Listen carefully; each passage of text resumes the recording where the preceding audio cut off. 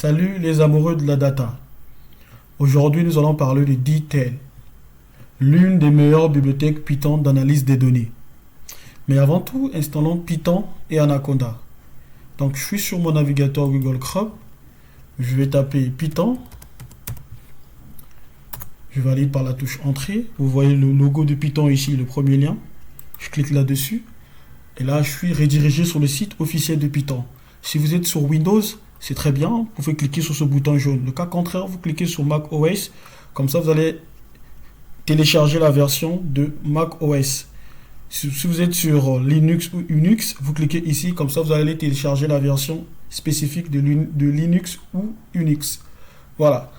Une fois que c'est fait, ce que nous allons faire ici, on va télécharger Anaconda. Vous tapez Anaconda ici. Voilà, Anaconda Download. Là également, le premier lien, vous pouvez voir même le logo d'Anaconda. Cliquez là-dessus. Vous êtes redirigé sur le site officiel d'Anaconda. Vous scrollez juste en bas. Vous allez voir le bouton vert ici. Vous cliquez là-dessus. Anaconda sera téléchargé. Le cas contraire, si vous êtes sur Mac, vous avez le logo ici. Vous cliquez là-dessus. Comme ça, vous allez télécharger la version pour Mac. Même chose sur Linux aussi. Très bien. Et si vous voulez retrouver ces deux éléments que vous venez de télécharger, vous repartez dans votre PC, vous allez dans le répertoire téléchargement, vous le retrouvez ici. Et vous l'installez. Suivant. C'est très simple. Alors, ce que nous avons besoin ici, c'est quoi? On a besoin d'installer Detail. Donc, on va installer cette bibliothèque Detail. Je clique là-dessus. Alors, pour installer Detail, c'est très simple. Donc, vous faites une recherche. Donc, je vais recommencer. Comme ça, vous allez bien voir ce que j'ai fait. Vous tapez la recherche, prompt Anaconda. Vous voyez le prompt d'Anaconda ici. Vous cliquez là-dessus. Et à partir de là, vous tapez pip install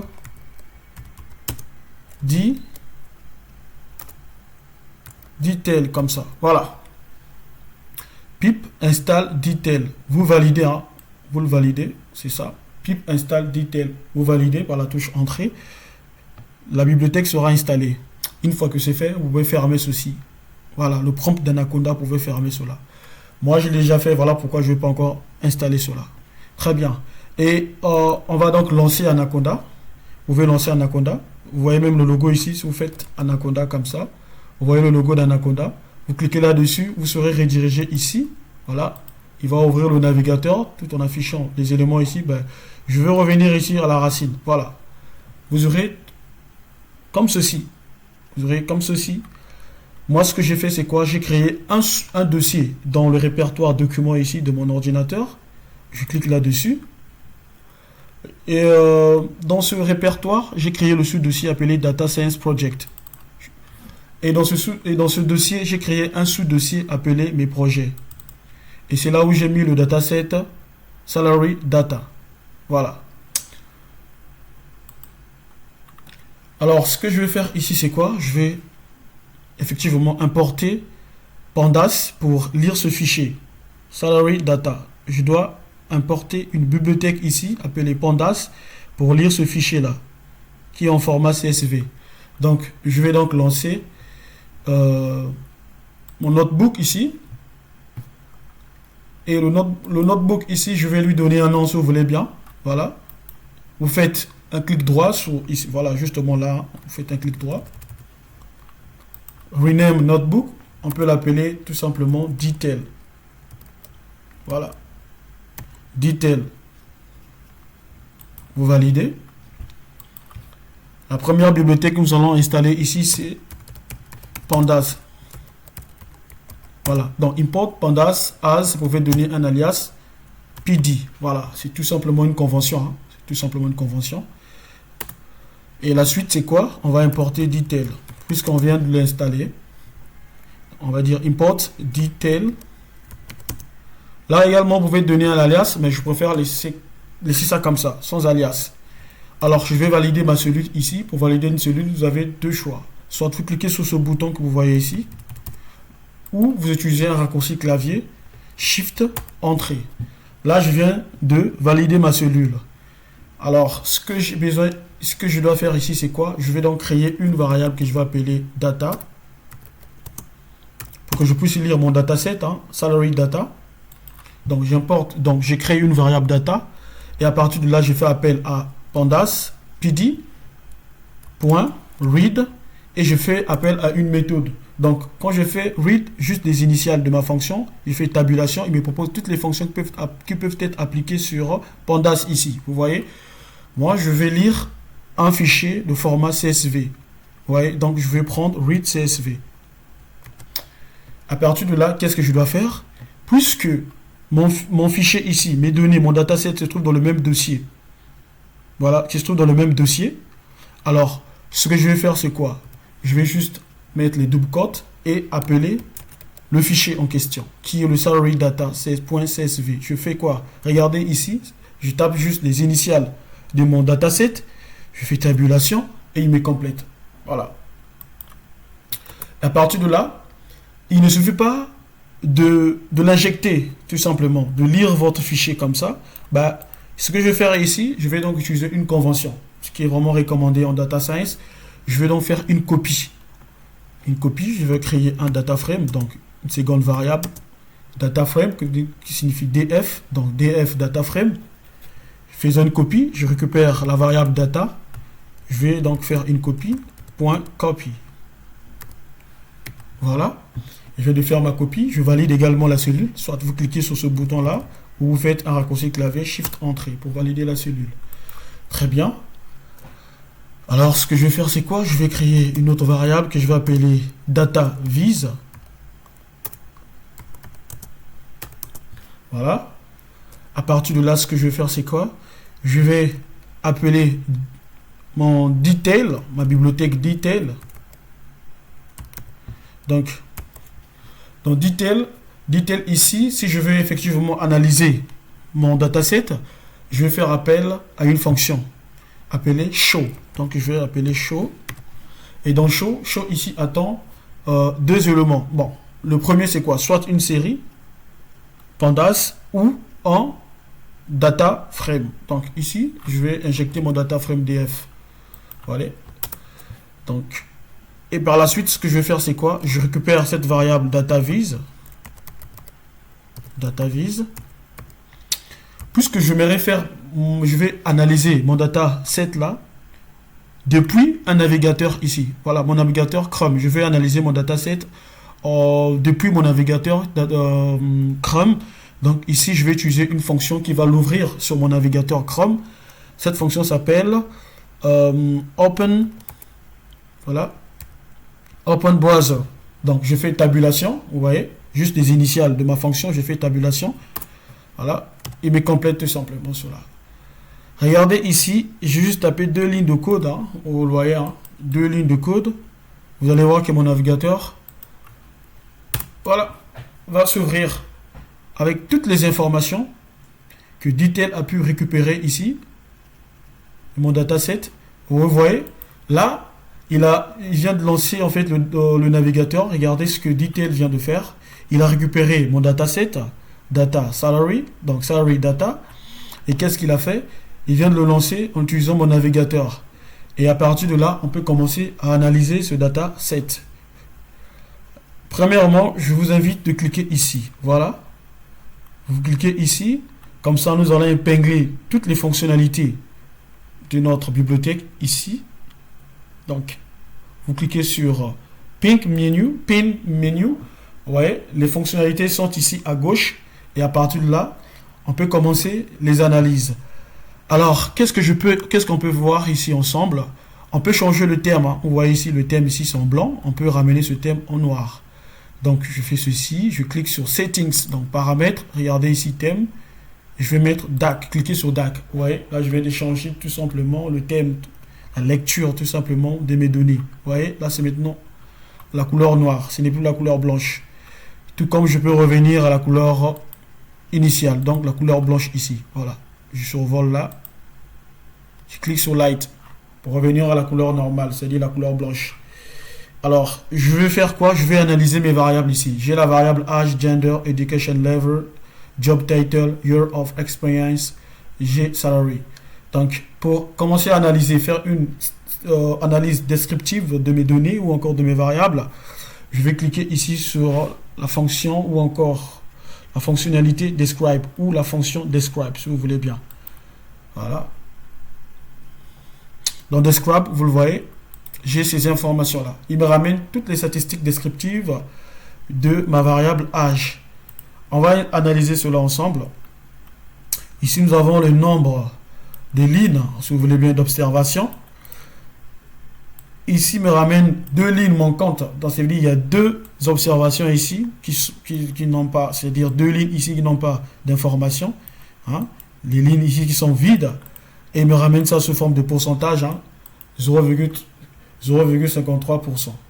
Ici, j'ai le premier quartile qui démarre à 31. Si vous regardez ce graphique-là, ce visuel, le premier quartile, c'est quelque part ici, à 31. Vous voyez, quand je dépose sur ce graphique, vous voyez, j'ai 31 ici, Q1, 2.31. Donc, ça veut dire que c'est le premier quartile. Et là, j'ai le deuxième quartile qui commence à 36. Alors, vous devez savoir ici, hein, juste un titre de rappel, le 50% ici représente tout simplement la médiane. Donc, la médiane ici égale à 36. Donc, justement là, la médiane est justement quelque part ici au milieu. Donc, vous voyez la barre là, quand vous déposez là, vous déposez cette barre au milieu. Donc, vous voyez la barre du milieu ici, c'est la médiane. Ici, la barre du milieu là, qui sépare tout simplement ce visuel là, c'est la médiane. Voilà. Donc, la médiane est donc sur le milieu entre 40 et 30. 30, 40. Donc, justement au milieu là, c'est ça la médiane. Ici, j'ai le troisième quartile. Donc, c'est à 44. Justement là. Ouais. C'est la 44 est justement là. Donc, cette partie ici. Vous voyez, c'est le troisième quartile. Voilà. Le 75%. C'est ici. Voilà. Et ici, j'ai l'âge maxi. C'est combien? 53. J'ai la moyenne. Donc, la moyenne ici, c'est tout simplement la valeur qui est comprise entre le deuxième quartile et le troisième quartile. Regardez ici, sur ce schéma, vous pouvez voir ce visuel ici. Donc, le deuxième quartile, c'est à 36. 36, c'est juste quelque part là. Et troisième quartile, c'est 44. 44 quelque part ici. Donc, la médiane, la moyenne, c'est tout simplement une moyenne qui est comprise entre le deuxième quartile et le troisième quartile. Et enfin, nous avons la médiane. Vous voyez ici, donc 36. Raison pour laquelle je vous ai dit ici que le 50% que vous voyez ici qui donne 36, qui nous donne la médiane. Voilà. Vous avez ici l'âge min qui est à 23. Nous avons ici les quarts types. Voilà. Le STD, c'est les quarts types. Nous avons la somme tout simplement des âges. Voilà. Nous avons ici des valeurs uniques. Donc, qui sont à 31. Nous avons la variance. Voilà. Nous avons la variance ici. Et ici, vous pouvez changer l'ordre tout simplement. Ascendant, tout comme l'ordre descendant. Juste en bas, vous allez remarquer quelque chose. Le premier élément ici, vous voyez les outliers et les diffs. Donc ici, les diffs ramènent tout simplement les valeurs différentes. Donc les 100 premières valeurs, c'est-à-dire les 100 premières valeurs différentes ici. Voilà, il me ramène ça. On peut effectivement vérifier si dans notre variable âge, nous avons les outliers. Les outliers, c'est quoi? C'est tout simplement les anomalies, c'est-à-dire des valeurs aberrantes. Ce sont des valeurs qu'on peut retrouver dans nos données, en fait, dans nos datasets ou encore dans nos variables pour être beaucoup plus spécifiques. Donc, voyons voir si cette variable âge a des outliers, ça veut dire des valeurs aberrantes ou d'anomalies. Regardez, ici, il n'y en a pas. Il nous renvoie un message ici en disant ceci, no outlier detected. Donc, il n'y a pas des outliers. Vous voyez, tout est vraiment clean, cette variable. On peut également voir l'histogramme. Voilà, nous avons l'histogramme de nos données ici. Vous voyez, sous forme... on peut effectivement visualiser cette variable âge sous forme d'histogramme. Voilà, par défaut, il affiche tout simplement les fréquences. Mais tout comme on peut également aussi voir les probabilités. Voilà, ici nous avons les probabilités. Voilà, de notre variable âge ici. Et tout comme je peux ajouter une cible ici, donc je vais mettre l'âge en fonction par exemple du salaire ici. Vous voyez, on peut voir les probabilités tout simplement entre l'âge et le salaire. Voilà, on a ce graphique là. On peut également voir la catégorie, les catégories tout simplement. Donc ici nous avons education level, c'est-à-dire des diplômes en fonction des âges, par la moyenne tout simplement des âges. Regardez ici. Donc on a le bachelor, vous voyez ce graphique. on a le master et nous avons le PhD. Là, le PhD l'emporte, hein, tout simplement. Donc, il y a beaucoup plus d'employés qui ont le PhD, hein, en tout cas. Et ensuite, le master et le bachelor. Voilà. Tout comme aussi, on peut voir le QQ plot. Voilà, vous avez ce graphique très intéressant. Hein, vous avez ce graphique. Vous pouvez également l'exporter. Hein, vous pouvez exporter ce graphique-là. Vous pouvez l'exporter. Regardez. Donc, ce graphique, vous pouvez l'exporter sous forme de, premièrement, il vous génère le code source. Hein. Donc, ce graphique, voici le code source de ce graphique-là. Vous avez ici. Donc, vous pouvez tout simplement copier cela. Et voilà. Et ça pourrait vous aider sur d'autres choses. Très bien. Donc, vous voyez, donc on a cliqué sur Describe. Vous avez toutes les informations ici, c'est-à-dire les statistiques descriptives de cette variable. Tout comme vous pouvez aussi avoir les statistiques descriptives de la variable gender, etc., etc., etc., etc. Voilà. Et par la suite, j'aimerais vous montrer quelque chose ici. Revenons sur notre dataset ici. On peut effectivement voir la corrélation entre les variables. Hein. Vous voyez, je clique sur la fonctionnalité Correlation. Vous voyez, Correlation. Ici, vous avez la corrélation tout simplement de vos variables. Tout comme vous pouvez avoir ces corrélations spécifiquement, ça veut dire je vais mettre l'âge en fonction par exemple du salaire. Regardez ici, j'ai une corrélation très forte. Vous voyez, j'ai une forte corrélation ici. Tout comme je peux aussi vérifier la corrélation entre les années d'expérience et le salaire ici. Toujours, j'ai une corrélation très forte, 0,93. Voilà. Et vous pouvez également voir, vérifier, tout simplement faire une analyse des données manquantes de votre dataset ici. Regardez un peu. Je vais cliquer sur Matrix ici. Vous allez voir là où les données nous avons deux lignes. Hein, nous avons deux lignes ici. Des données manquantes hein, qui sont vides. Regardez, il vous spécifie cela. Voilà, là c'est beaucoup plus clair. Donc cette partie, on a une ligne là où il n'y a pas de données. Là aussi, on a une ligne qui n'a pas de données. Ouais. Donc cette bibliothèque, elle est très puissante. Juste en deux lignes de code, vous pouvez effectivement analyser l'ensemble de votre dataset. Voilà, vous avez plein de fonctions ici que vous pouvez effectivement explorer. Mais, problème de temps, je ne peux pas tout vous expliquer dans cette vidéo. Ben, si vous avez aimé, effectivement, laissez un commentaire, dites-le moi, comme ça je pourrai revenir pour exploiter d'autres fonctionnalités.